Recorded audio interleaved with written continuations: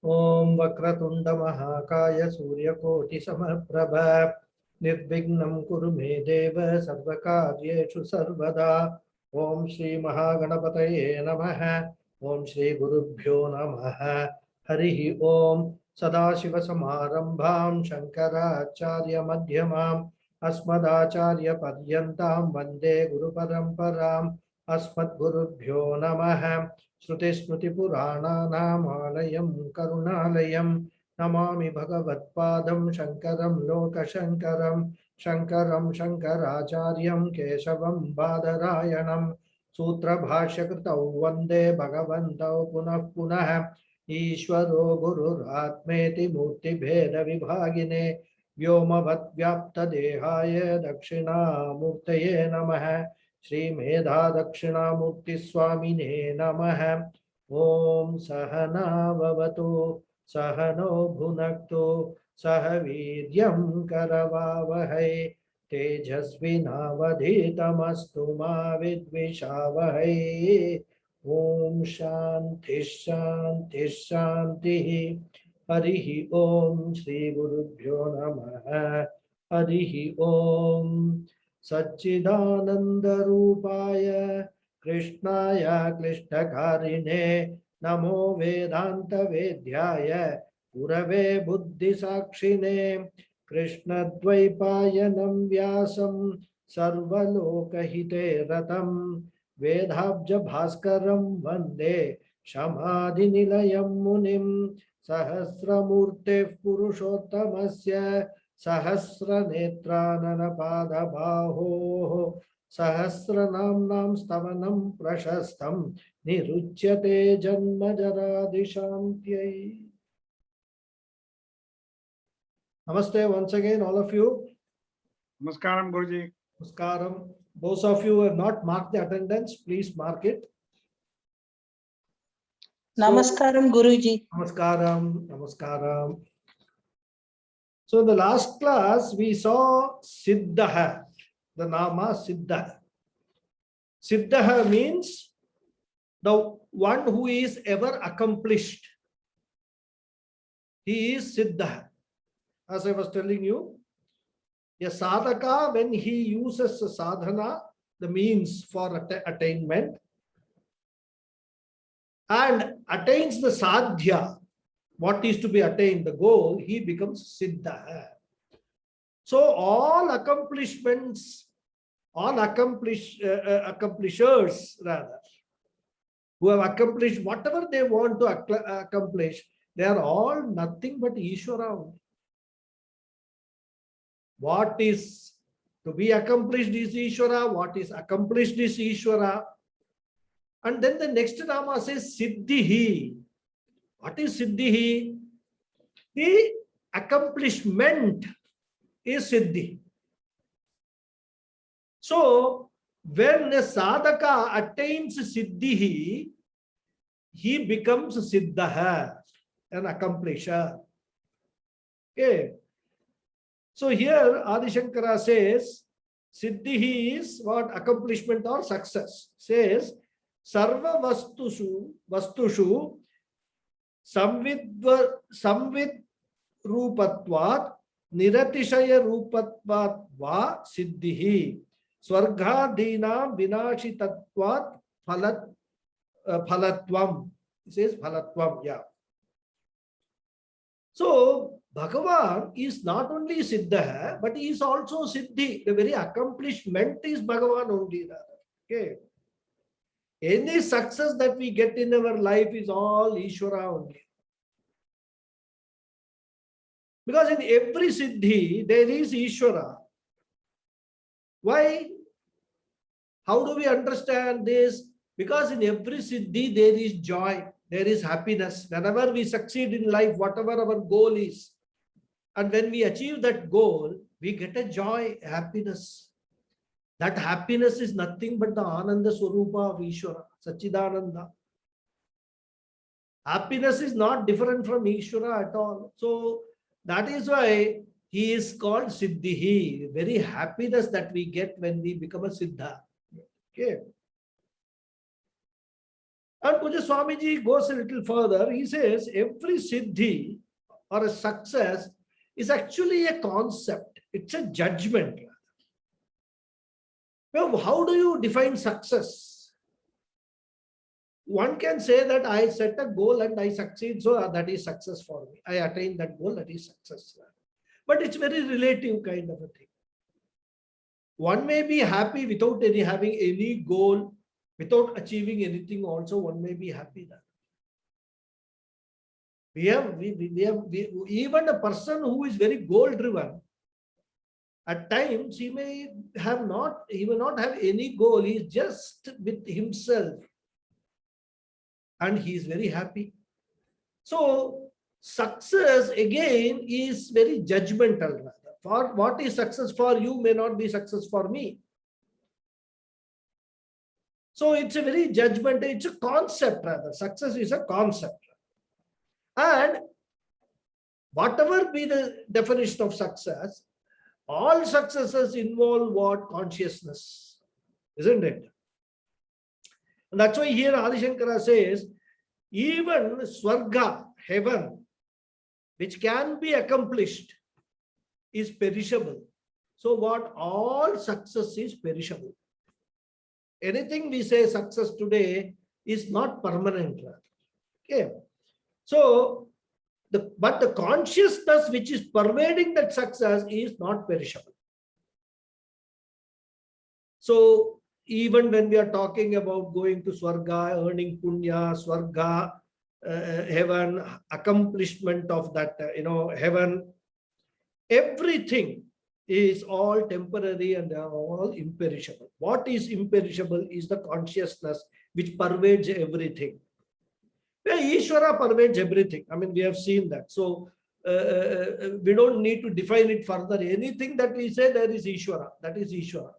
As Pujya Swamiji says, to say that God is, there is only one God is not correct statement. He says the right statement is there is only God.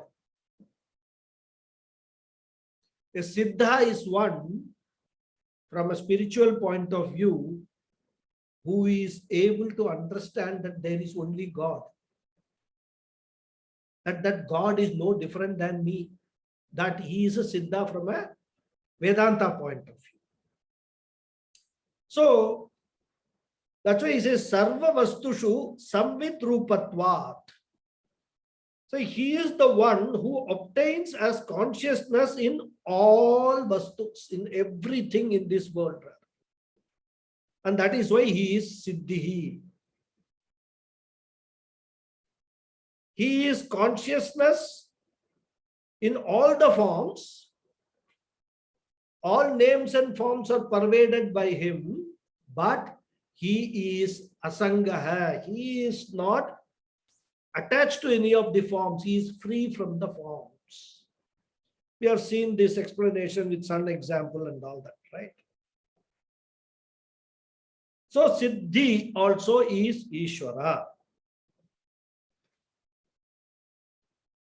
And when we are performing certain actions with certain goals in mind,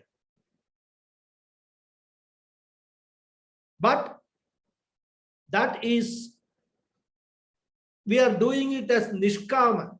We are not having any desire in our mind for achieving that goals, but we are doing it more as a Karma Yoga.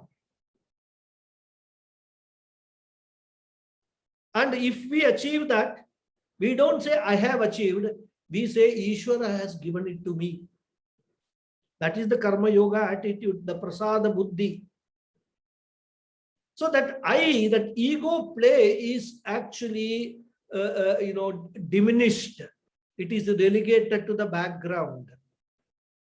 Because when I do the karmas, I have a goal, but I am doing it with an attitude of whatever I am doing, I am actually offering it to Ishvara with Ishvara Arpana Buddhi, and whatever I get in return, I will accept it.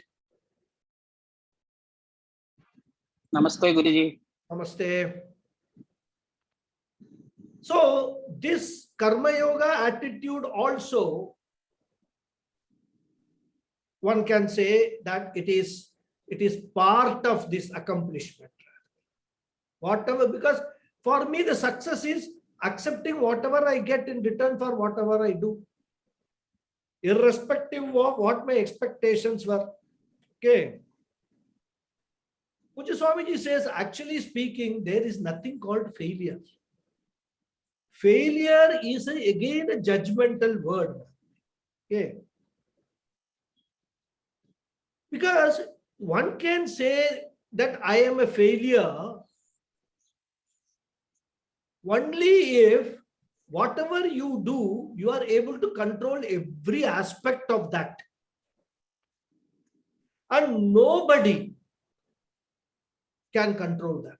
All aspects of a particular karma, nobody can control it. There are uncontrollable factors. You may set out from your house to go to some place, but there are so many factors that may intervene. You may have everything prepared, everything, drawn a beautiful map, timed everything, you got, what route to take and things like that and all. But you may encounter so many factors which is not under your control. You may pass through some places where there has been a cyclone and then the roads are blocked. So all your work that you have done will be rendered useless. Does it mean that you have failed? So again, the question is, again, the failure. One can say one has failed only if one has got control of everything, all aspects of a particular karma that he does to achieve an object, he or she does to achieve some object. But that can never be the case. So therefore he says, there is nothing called failure. Everything that we do with an attitude that I am doing my best, and whatever happens, it is Ishwara's, grace. Because of that, whatever happens, happens. And I will accept all the result of that. So, and Puja Swamiji actually gives a very nice example also for that.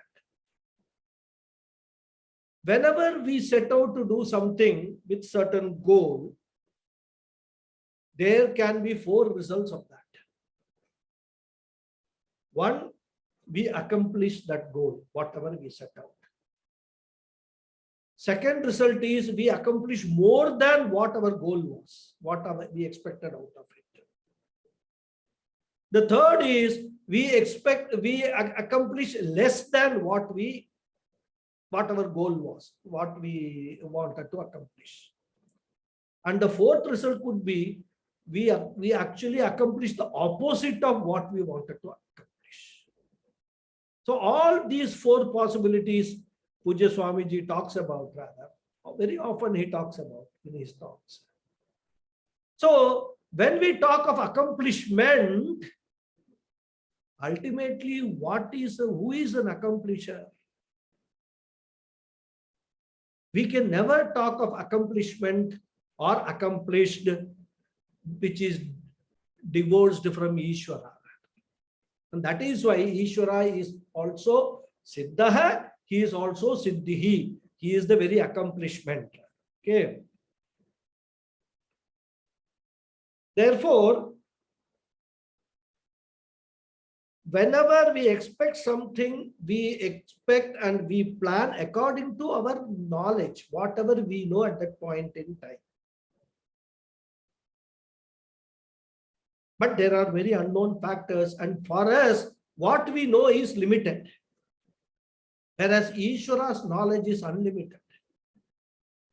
And then whatever we set out to do, it is also governed by the laws of karma.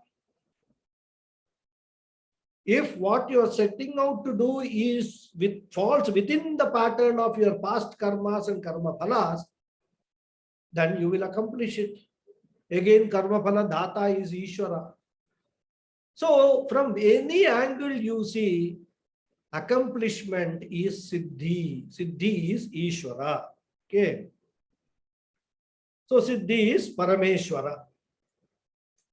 And even when our expectations go wrong, Asiddhi is also Parameshwara, where everything is Parameshwara. Success is Parameshwara, not succeeding is also Parameshwara. So from all angles, when we see, it is all Parameshwara and Parameshwara alone rather. Okay. And Puja Swamiji says, whenever we don't achieve something, how can you say it is Parameshwara? Actually, in other words, you are a failure. But there is Parameshwara, because from that, if we learn whatever, we missed out, every, accomplishment which falls short of our expectation is a lesson to be learned. And that is why, today management schools and all that, they never use the word failure. They will say it is not goals not met. What are the lessons to be learned? So that next time when we embark upon the same thing, we will be better prepared. More inputs will be available to us. But after many big projects, there is a debriefing done. There is a separate session or sessions held for debriefing to know what are all the lessons which are learned. Even when this project has succeeded, there is a lessons learned session, it is held. Most of the multinational corporations, I know they do it. I don't know about Indian companies.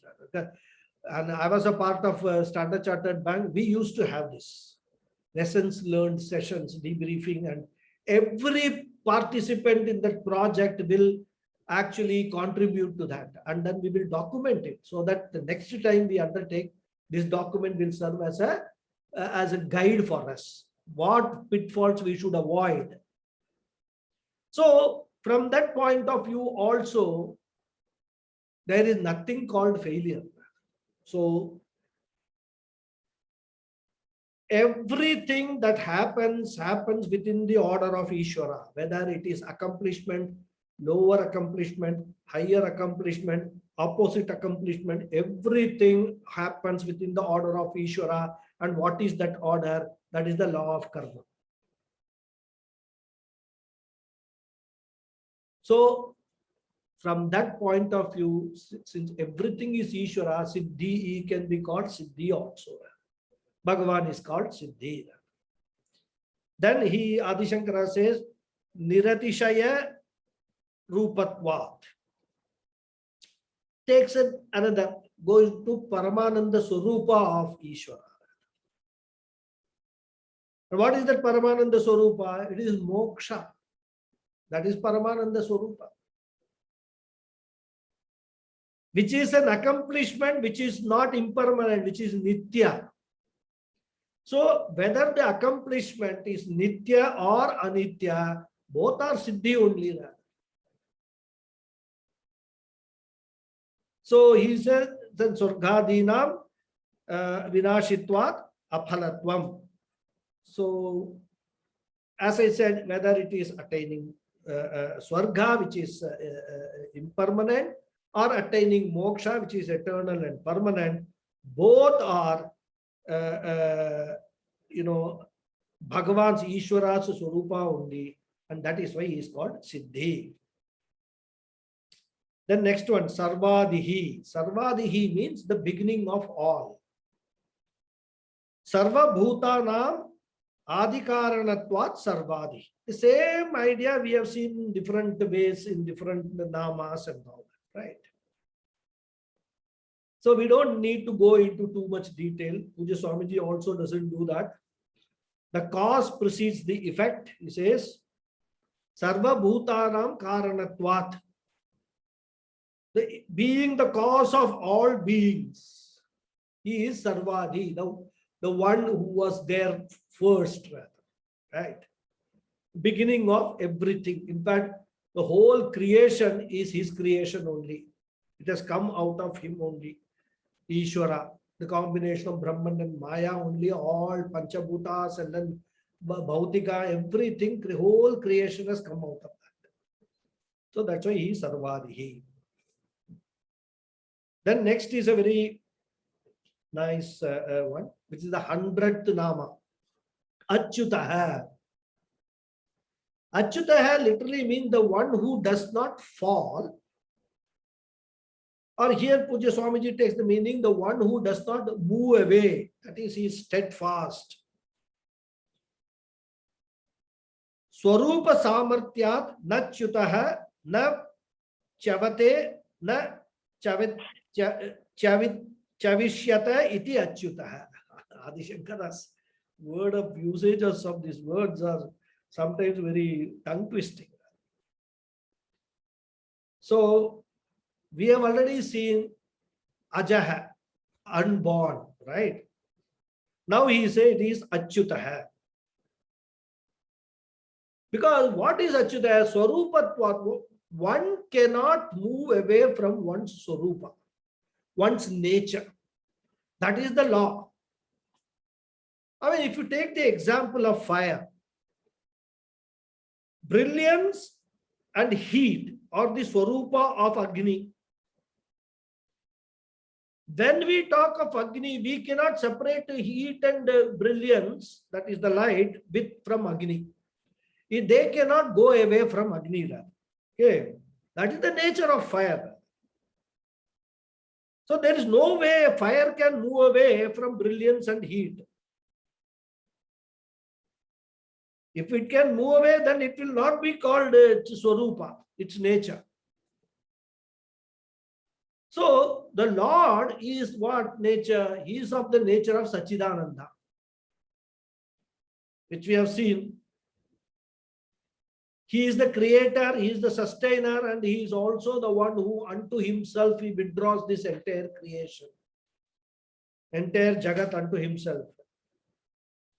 And that is his samarthya, that is his, his speciality rather. And from these, creation, sustenance, and withdrawal, he has not chutaha, never moved away, never deviated. Na chavate means does not deviate. Na chavishyate means will not deviate. Future tense. Because he has no chuti. He has no fall or no decline at any time. That is why he is known as Achyutaha. Okay, so this is the meaning of the word Achyuta. Then the next one is Vrishakapihi. And there are actually two words put into one. The one who is in the form of Dharma and also Varaha. So Adi Shankara says, Varshanat Sarvakamanam Dharmo Vrishaha. Kat Toyat Bhumim Apat iti Kapir Varaha. Vrishaswarupatvat Kapirupatvat cha Vrishakapihi. So two meanings are put together in Vrishakapihi. Dharma is also called Vrisha. That's why he says, Varshanat Sarvakamanam Dharmaha. Varsha also is a word used for rains, isn't it? Varsha. What is the connection between Dharma and Varsha? In the Shastras, it is said that there will be rains, when there is Dharma in the world. That is why, many times we say, when the rains don't come, that papis have increased. That is why rains are not coming. Dharma is losing its importance, so rains don't come. So Dharma and Varsha are interrelated. So that is why Dharma has got another word which is called, as I told you, Vrisha. Okay. And this this desires of good people is fulfilled by the Lord. People, dharmic people, all their desires are fulfilled by the Lord. Okay. So that is why he is in the form of dharma. And he fulfills the desires of all those who follow the dharma. And the rainwater is very important for protecting the dharma of this universe. Because rainwater, what it does, it nourishes, protects, and makes life possible. Without rainwater, there won't be any vegetation at all. No vegetation means no life. Whether it is human life, animal life, whatever life, no vegetation, no life. So that dharma is very, very important. And Varsha is a form of that dharma.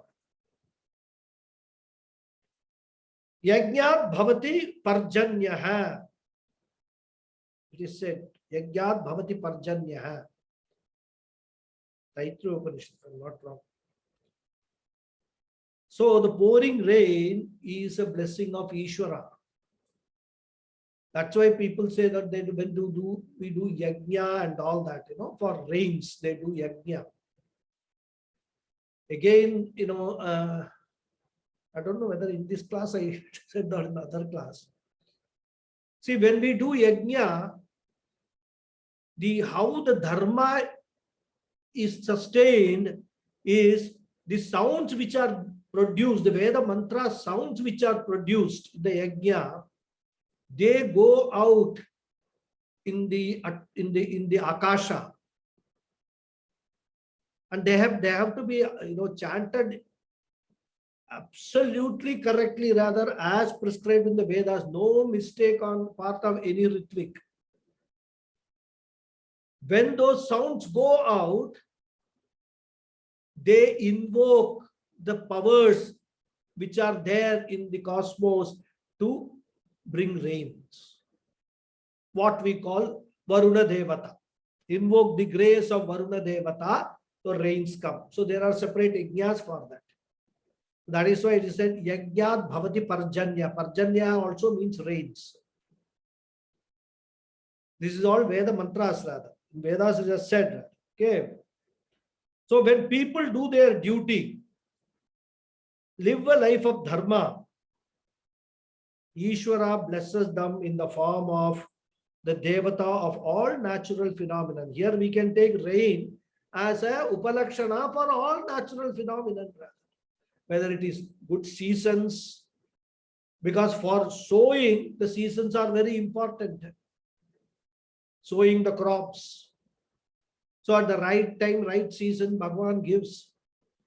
Then once the sowing is done, then the rain has to follow so that the water is there for the crops to take roots and sprout rather. So this has to follow a certain pattern, and which is all determined by the order of Ishvara. And for that, invoking that order, for that to follow in the proper way, what is required? A dharmic lifestyle. Everybody should be following the dharmic lifestyle. So that is why, that dharma will protect us. Dharmo rakshati rakshitah. That will protect us. So dharma, when we follow a life of dharma, it will automatically protect us by bringing all the cosmic powers for our protection, our sustenance, and whatever we desire, that will also, it will give us. Okay. So even though each devata will do their own jobs in this, all devatas derive their power from Ishvara only for doing their job. They are only doing their delegated, based on their delegated authority. The supreme is Ishvara only, the Lord. Then Adi Shankara gives another meaning. Kat toyat bhumim apat iti kapir varaha. So this is the second meaning. First one is Vrisha, we have seen the meaning as rain, which is dharma actually, meaning of dharma. Then Kapihi is, he says, Ka stands for water. The word Ka in Sanskrit stands for water. So Kat Bhumim Apat. So Bhagavan is in the form of Varaha. If we know Varaha Avatara story, Bhagavan was in the form of Varaha, and he rescued the earth from the, some water, rather, bringing it out of water.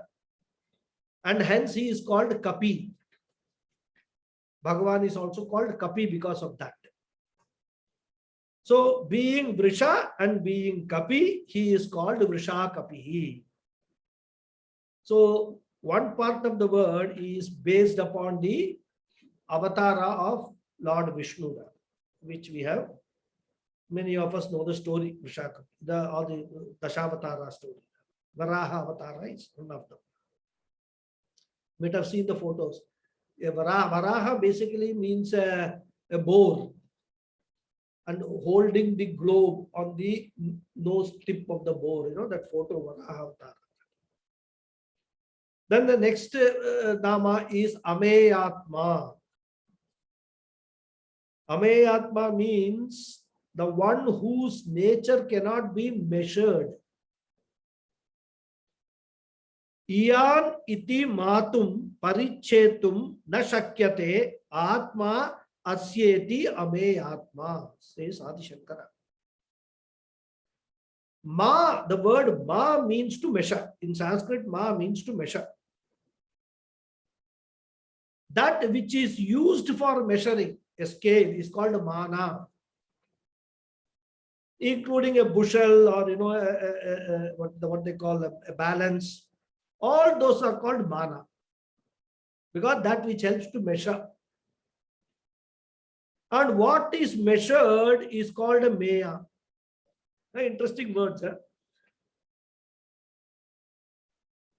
So we are able to measure the distance between the earth and the sun, or earth and the stars and all that. They are all called meya, the distance, between the earth and the sun is meya. But if we have to measure the distance between the earth and the stars, it can't be measured. That is ameya, that which cannot be measured. Okay. So why? Because there are countless stars. If it is one object, we can measure. When there are countless entities, we cannot measure. So it becomes ameya. And all these varieties of beings are all what? Bhagavan's forms. The whole cosmos is full of Bhagavan's forms, and they are countless forms. So they are ameya. So that is why Bhagavan is also ameya. Cannot be measured. So all means and ends are ameya. Everything is ameya. You cannot, what is Ishvara, we cannot define. The devatas are ameya. Their powers are ameya. So many devatas, every phenomenon is a devata for us. Everything is a devata. So therefore devatas are ameya.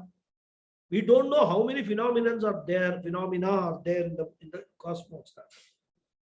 Everything are his manifestations, Ishvara's manifestations only. So everything is ameya, countless. So his manifest form is immeasurable, ameya. This is one aspect of ameyatma. So he says, Iyan iti matum na shakyate asya atma iti ameyatma. The other aspect is, forget the manifest form. The formless Ishvara also, formless Brahman also is ameyatma, because he is limitless, cannot be measured. What can be measured is only what is limited. When it is limitless, how can you measure it? So Swarupatvat also he is Ameya. Rupatvat also he is Ameya. So Bhagavan, both manifest and unmanifest form is Ameya. That is why he is Ameyatma. Okay. We have seen this Aprameya. He cannot be objectified. Ishvara cannot be objectified. So if he cannot be objectified, then you cannot measure also. So he is neither an object nor subject of any knowledge.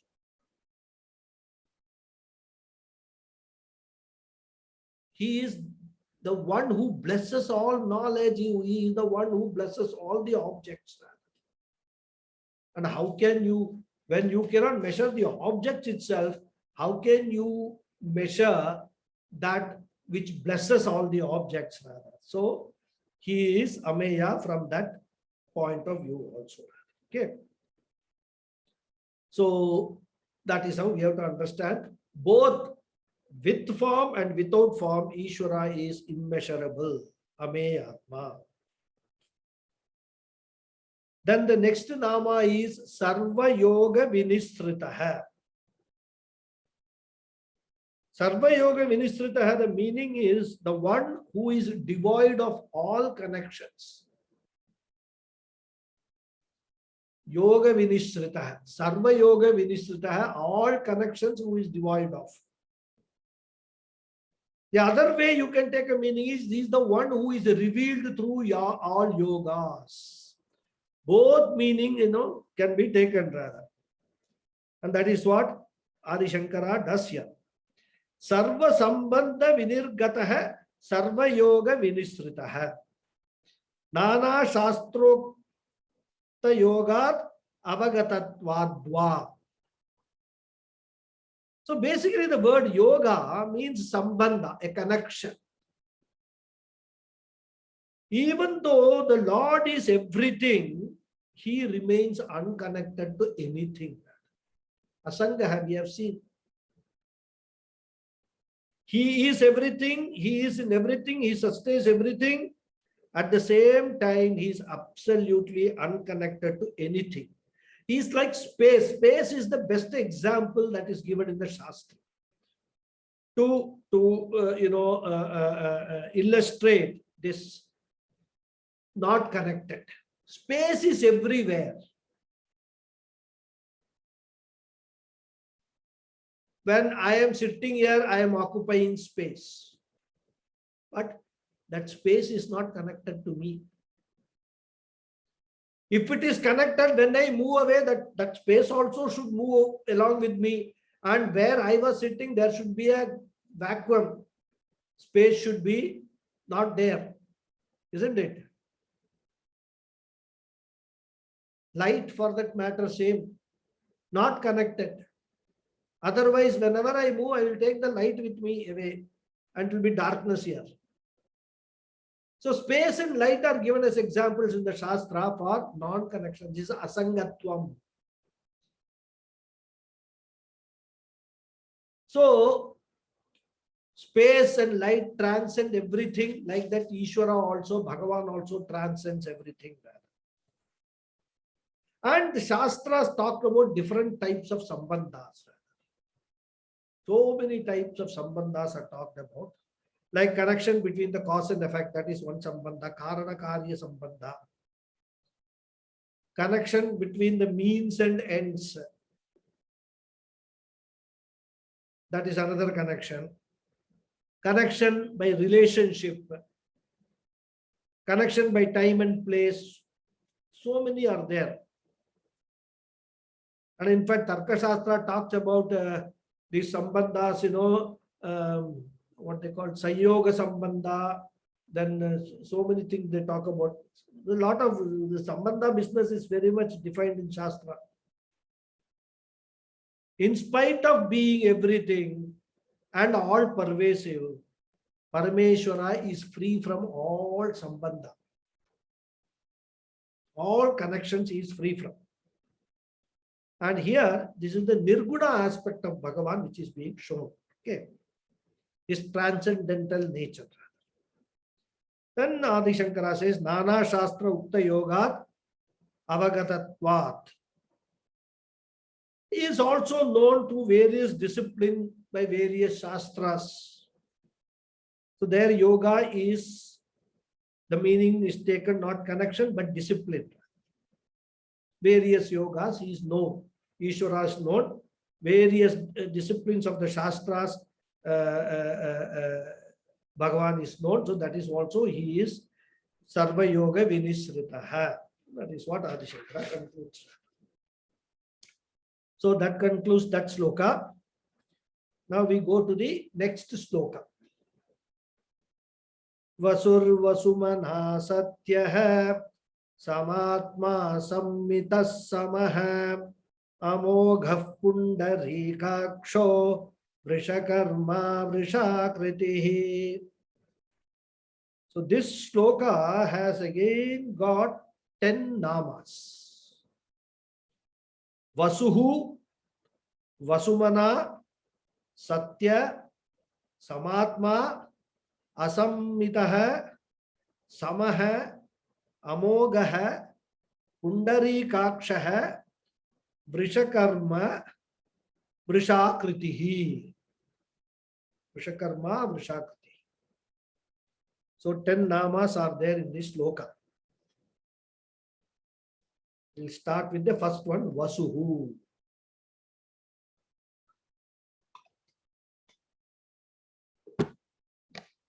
Vasuhu means indweller. Vasati, who dwells. Indweller is Vasuhu. There is another meaning also. Vasu is also Ashtavasu they talk about in the Shastras. So that is also called Vasu. The 8 Vasus are called Vasu. Is one in the form of the 8 Vasus. So he is Vasuhu, right? Adi Shankara says, Vasanti sarva bhutani atra teshu ayamapi vasati iti Vasuhu. Vasunam pavakas chasmi ityuktehe va Vasuhu. This one is from Gita. I'll come to that. So the Shastras mention 8 Vasus. Of course, there are different versions for this 8 Vasus. They are actually, these Vasus are celestial, beings rather. They are exalted jivas. And Krishna says in the Bhagavad Gita, among the Vasus, I am Pavaka. So he is the one who is in the form of these 8 Vasus, and among them, he is in the form of Pavaka. Pavaka means fire, Agni.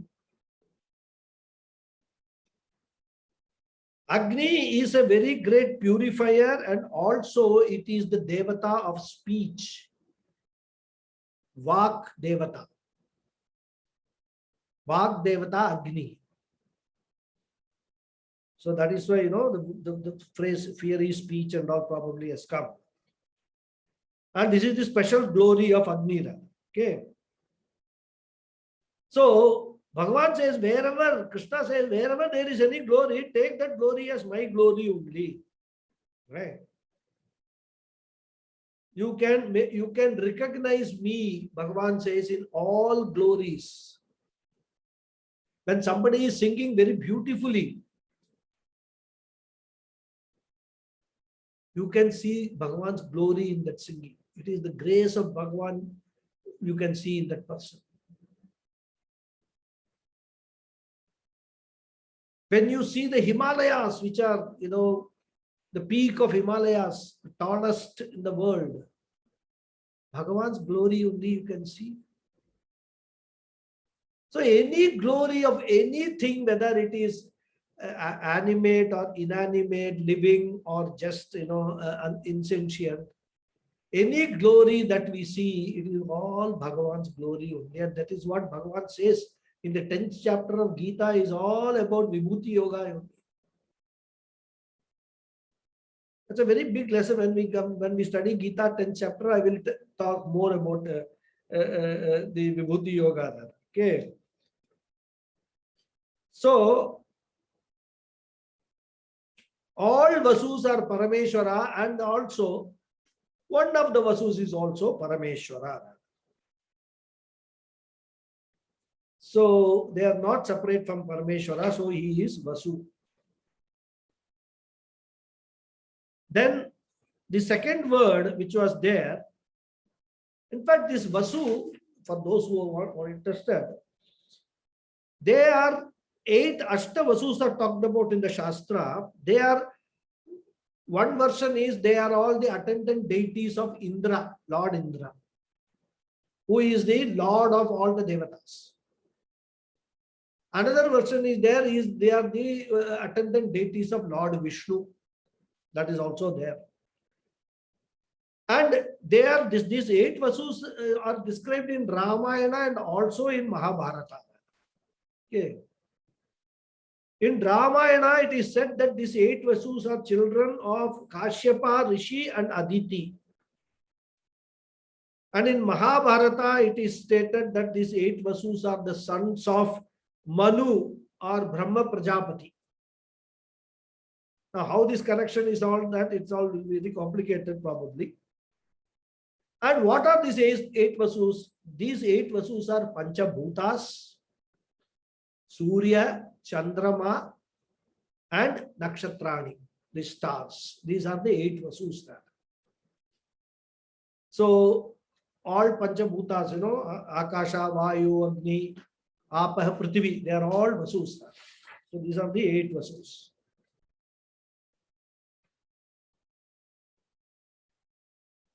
So, the Rudhi meaning, the common meaning of the word Vasu is an exalted Jiva. As we have said, right? That is to be, normally whenever we hear a word, we immediately what occurs to us is the common meaning of that word. When we say Vasu, means it is that one of the 8 Vasus is referred to.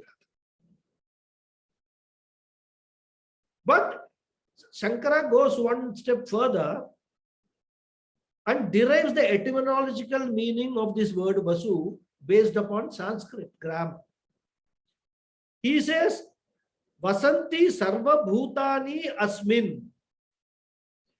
Everything, all beings, all elements, elementals, all exist in him only.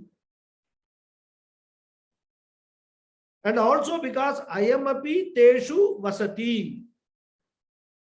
He too exists in everything. He exists in everything as consciousness, the one which blesses, as the truth of everything. That is why also he is Vasu. In fact, from a Vedanta point of view, the second meaning is more appealing. Okay. The first one is a Itihasa Pauranic meaning, 8 Vasus and all that. Which whenever we are interpreting the Puranas and Itihasas, we have to have a lot of imagination in terms of what kind of symbolism they present. Very, very, very challenging task. Not very easy. But this is easier to say Vasanti Sarva Bhutani. That's very easier. And also I am api teshu vasati. That is, we have seen that meaning again and again and again. Okay. So that is Vasuhu. Next is Vasumanaha. Vasumanaha means here the one with an excellent mind. Manah.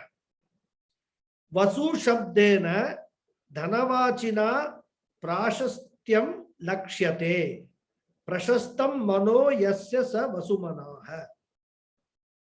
Ragadveshadibihi kleshaihi madadibihi upakleshaischa yataha na kalushitam chittam tataha tanmanaha prashastam. This is the commentary Adi Shankara gives to explain this word vasumanaha.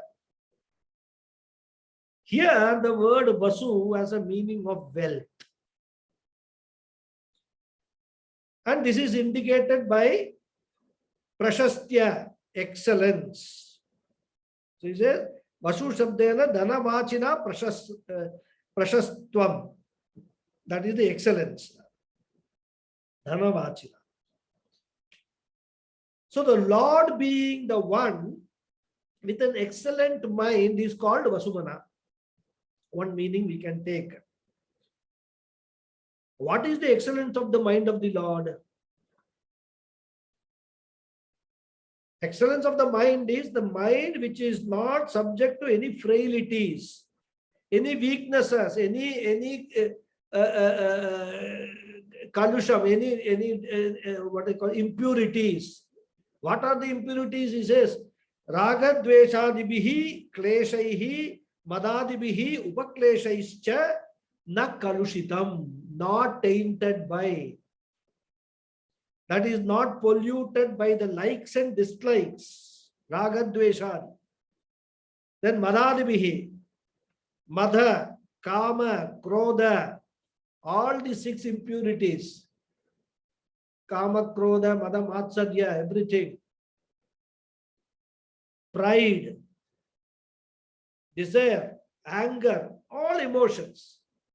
The mind which is not polluted by any of these. Such a mind is called an excellent mind. And the one with such a mind is called Vasumana. Because if God were subject to anger, then he becomes fallible.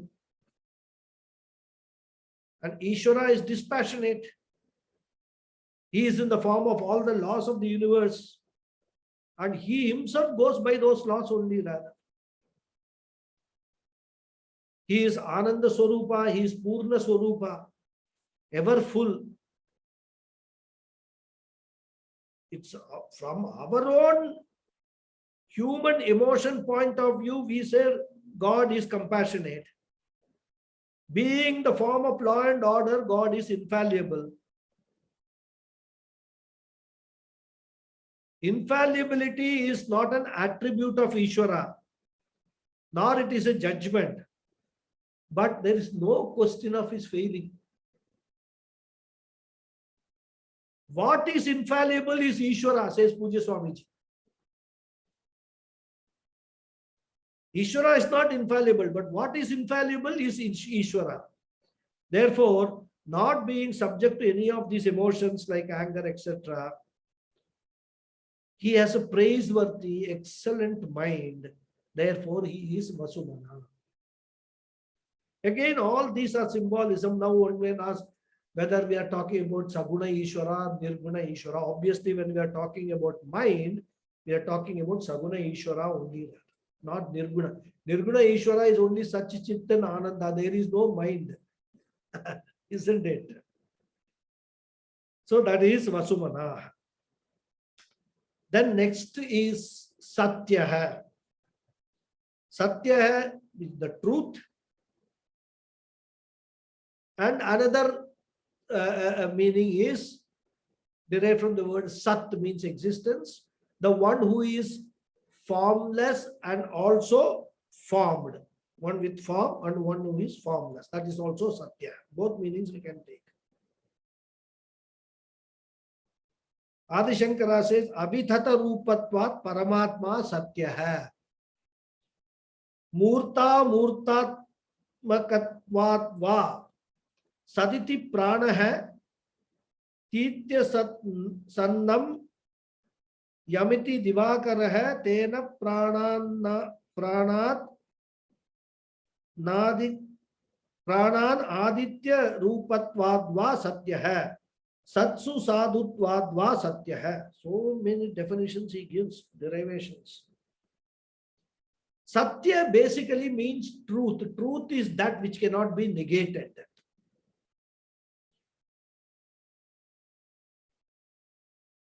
Truth of everything is Satyam, and that which cannot be negated by anything in any period of time.